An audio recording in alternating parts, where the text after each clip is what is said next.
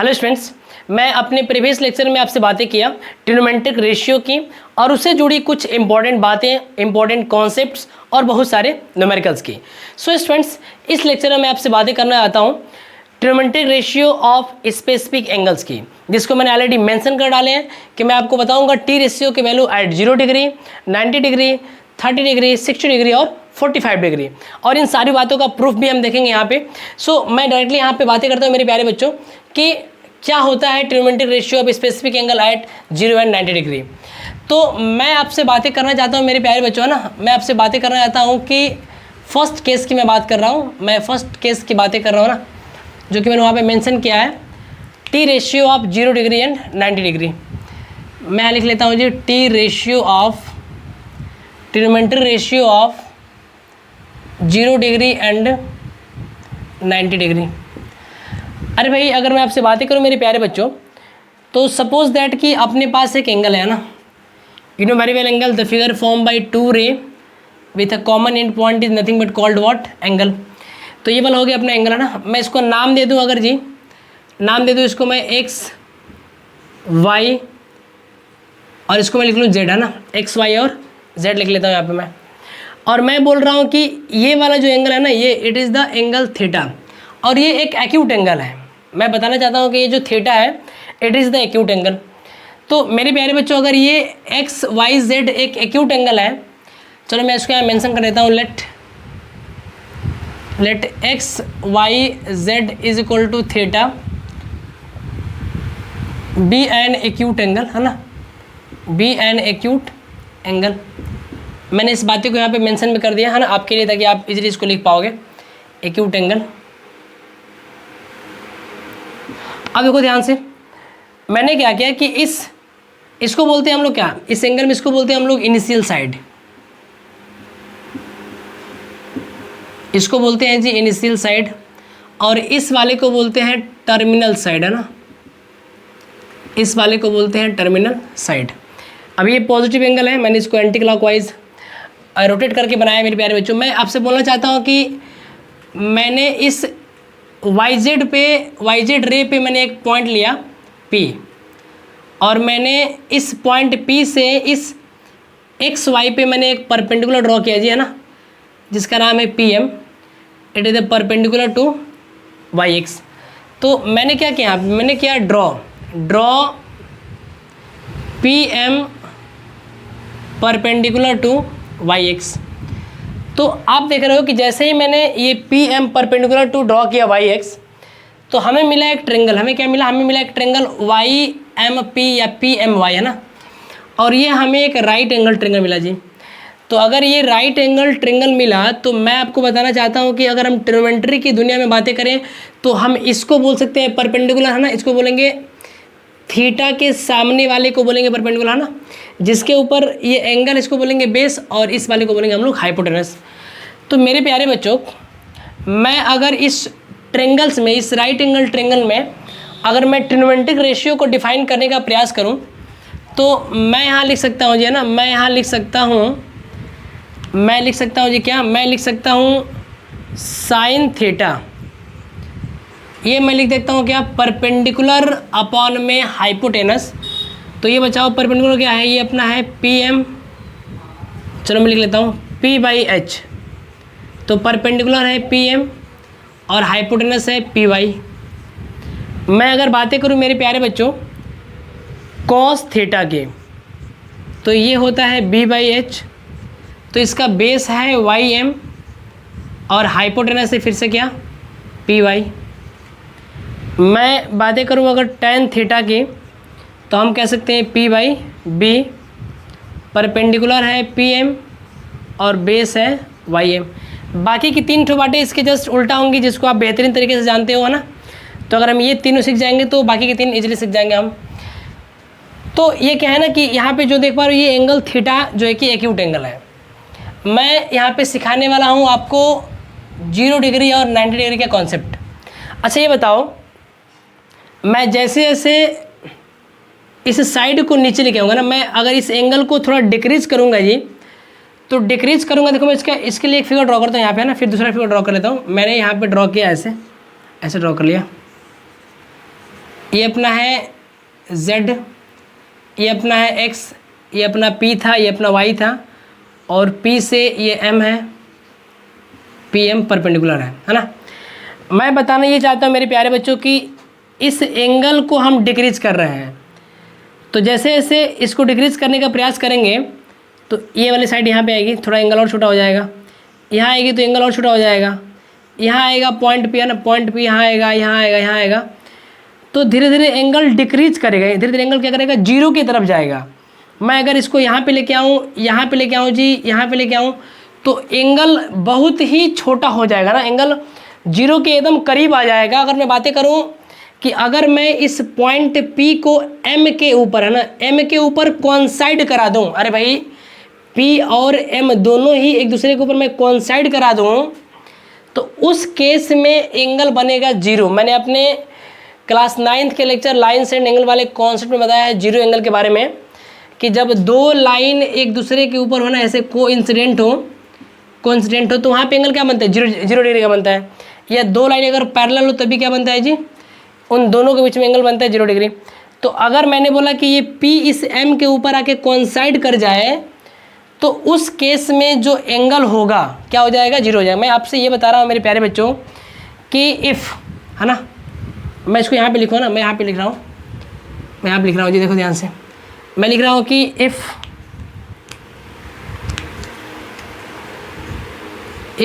P coincides M, अगर P point जो P है अगर M के ऊपर कोइंसाइड हो जाता है, तो उस केस में देन क्या क्या बातें होती हैं, जो एंगल होगा वो हो जाएगा 0 डिग्री, पहली बात। दूसरी बात क्या होंगी कि y m के बराबर हो जाएगा ना। मैं बताना चाहता हूँ मेरे प्यारे बच्चों कि मैंने जो py लिखा है वो बराबर हो जाएगा ym के, है ना, ये दोनों बातें क्या हो जाएंगी, बराबर हो जाएंगी। और जो इसकी लेंथ है, ये जो pm है, pm धीरे धीरे देखो छोटा हो रहा है, पहले इतना बड़ा था, अब इतना बड़ा है, अब इतना बड़ा, इतना बड़ा है, और ये जो pm होगा ना, ये हो जाएगा 0 यूनिट, इसकी लेंथ हो जाएगी क्या जी, 0 यूनिट। तो अब अगर मैं बातें करूँ इन सभी t रेशियो के मेरे प्यारे बच्चों, कि जब एंगल 0 होगा तो ये सारी बातें फॉलो करेंगे, तो तब हम कह सकते हैं कि साइन 0 का मान कितना होगा, बताओ। तब मैं अगर आपसे बातें करूँ मेरे प्यारे बच्चों कि साइन 0 डिग्री क्या होगी जी, कॉस 0 डिग्री क्या होगा जी, और tan 0 डिग्री क्या होगा। तो इस केस में आप सिंपल से इसका वैल्यू बता सकते हो। तो देखो ध्यान से, अच्छा ये बताओ साइन 0 डिग्री, तो हम बोल रहे हैं कि पहले था pm अपॉन में py, क्या था जी, pm अपॉन में py था। आपने बोला pm हो जाएगा 0, तो अरे भाई 0 अपॉन में अगर हम py लिख भी लें तो हमें जवाब में क्या मिलेगा, 0 मिलेगा। तो हम नहीं कह सकते हैं क्या कि साइन 0 डिग्री की वैल्यू होती है 0, है ना। हम इस बात को कह सकते हैं क्या कि साइन 0 डिग्री की वैल्यू क्या होगी, साइन 0 डिग्री की वैल्यू कितनी हो जाएगी, 0 हो जाएगी। और इसको हम याद रखेंगे। मैं बोल रहा हूँ यहाँ पे कॉस 0 डिग्री की, तो यहाँ पे लिखा हुआ वाई एम अपॉन में पी वाई। अच्छा अभी आपने बोला देखो वाई एम और पी वाई दोनों बराबर हो जाएंगे, तो अगर मैं यहाँ पे वाई एम लिखा है और ये पी वाई बराबर हो जाएगा वाई एम के, तो मैं यहाँ पर भी अगर लिखूँ वाई एम, तो ये कट के कितना देगा जी, आपको बताओ 1 देगा। तो अगर ये 1 देगा तो हम नहीं कह सकते हैं क्या कि कॉस 0 डिग्री की जो वैल्यू होती है कितनी होती है, ये 1 होती है ना। और अगर मैं बातें करूँ tan थीटा की, तो ये होता है पी बाई बी, जो कि मैंने लिख रखा है पी एम अपॉन में वाई एम। और अभी आपने बोला है कि पी एम क्या हो जाएगा, 0 हो जाएगा। तो 0 अपॉन में वाई एम करेंगे हम लोग तो कितना मिलेगा, 0 डिग्री मिलेगा। तो ये बोल सकते हैं हम लोग कि tan 0 डिग्री का मान कितना होगा, 0 होगा। तो अगर आपने साइन का निकाल लिया, कॉस का निकाल लिया, tan का निकाल लिया, तो बाकी तीनों का भी आप इजीली निकाल सकते हैं, है ना। तो ये काम करते हैं स्टूडेंट्स, मैं यहाँ पे बनाता हूँ एक ट्रिग्नोमेट्रिक टेबल, जो आपको हेल्प करेगा चीज़ों को सीखने में मेरे प्यारे बच्चों, है ना। देखो जी मैं बना रहा हूँ यहाँ पे एक टेबल, ध्यान से आप इसको ऑब्जर्व करो। मैं यहाँ बना रहा हूँ टेबल, है ना। मैं इसमें लिखूँगा टी रेशियो, मैं यहाँ लिखने वाला हूँ क्या, टी रेशियो। यहाँ लिखने वाला हूँ मैं टी रेशियो, ये हो गया टी रेशियो, है ना। और ये थीटा भी चल रहा है साथ साथ में, ऐसे करते हैं, ऊपर लिखते हैं थीटा और यहाँ लिखते हैं टी रेशियो। ऊपर लिखते हैं थीटा जी और यहाँ लिखते हैं क्या, टी रेशियो, है ना। ऐसे नीचे की तरफ चलेगा टी रेशियो। तो मैं यहाँ लिख रहा हूँ साइन थीटा, मैं यहाँ लिख रहा हूँ जी कॉस थीटा, मैं यहाँ लिख रहा हूँ टैन थीटा, मैं फिर से यहाँ लिख ले रहा हूँ कॉट थीटा, यहाँ लिख लूँगा सेक थीटा और ये लिख लूँगा कॉसेक थीटा। थोड़ा सा इसको बड़ा कर लेता हूँ ना।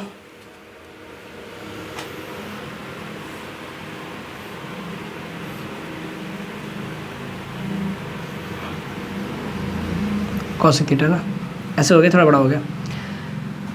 मेरे प्यारे बच्चों, अगर मैं बातें करूँ, है ना, ये हो गया साइन के लिए, ये हो गया कॉस के लिए, ये हो गया टैन के लिए, ये हो गया कॉट के लिए, सेक, और ये क्या हो गया, ये हो गया अपने कॉसेक के लिए। तो यहाँ पे मैं लिखना चाहता हूँ, देखो एंगल लिखना चाहता हूँ, यहाँ लिखूँगा मैं 0 डिग्री, ये हो गया 0 डिग्री के लिए। यहाँ मैं लिखना चाहूँगा 30 डिग्री के लिए, ये 30 का हो गया। यहाँ मैं लिखूँगा 45 डिग्री के लिए, 45 का हो गया। यहाँ लिखूँगा मैं 60 डिग्री के लिए, 60 का हो गया जी। और यहाँ मैं लिखने वाला हूँ क्या, 90 डिग्री के लिए, ये हो गया 90 डिग्री के लिए। ऐसे देखो, ध्यान समझो मेरी बात को, 90 डिग्री। तो अभी आपने देखो क्या क्या निकाल लिया है, दिख रहा है क्या, अभी आपने निकाल लिया है मेरे प्यारे बच्चों ना। 90 डिग्री नहीं दिख रहा है, कोई दिक्कत नहीं है, चलो मैं इधर लिख दूंगा। मैं आपसे बताना चाहता हूँ मेरे प्यारे बच्चों कि साइन 0 की वैल्यू कितनी होती है जी, तो ये होती है 0। कॉस 0 कितनी होती है, 1 होती है। टैन 0 की 0 होती है। अच्छा ये बताओ, अगर मैं कॉट निकालना चाहूँगा ना, अगर मैं निकालना चाहूँगा कॉट 0 डिग्री का मान कितना होता है, आप नहीं लिख सकते हो क्या, 1/tan 0 डिग्री लिख सकते हो ना। तो अगर आप 1/tan 0 इसका मान 0 होता है को लिखोगे तो यहाँ पे आएगा नॉट डिफाइन। क्या आएगा जी, नॉट डिफाइन। अगर कॉस का मान 1 होता है तो सेक 0 डिग्री का मान कितना होगा, तो ये 1 में कॉस 0 डिग्री हो जाएगा, जिसकी वैल्यू 1/1 आएगी, हाँ यहाँ लिख सकता हूँ 1। और वैसे ही अगर साइन 0 का मान 0 होता है तो कॉसिक 0 क्या होगा, नॉट डिफाइन आएगा। तो ये बातें मैंने किया अभी तक 0 डिग्री का। अब मैं बातें करूँगा 90 डिग्री पे। तो मैं इसको कर लेता हूँ एरेच, मैं कर लेता हूँ इसको एरेच, है ना। मुझे बातें करनी है अब 90 डिग्री पे, समझो यहाँ पे मेरे प्यारे स्टूडेंट्स। अगर आप इस ट्रेंगल को ध्यान से देख पा रहे हो ना, मुझे इस एंगल को 90 करना है। अरे भाई, अगर अपने पास इस तरह से एंगल बना हुआ है और मुझे इस एंगल को करना है 90 डिग्री, तो मैं क्या करूँगा, इसको ले जाऊँगा ऐसे, बंदो भाई, मैं इसको ले जाऊँगा ऐसे ऊपर की तरफ, ऐसे ऐसे धीरे धीरे ऐसे ऐसे, तब जाके यहाँ एंगल कितना बनेगा, 90 डिग्री का बनेगा।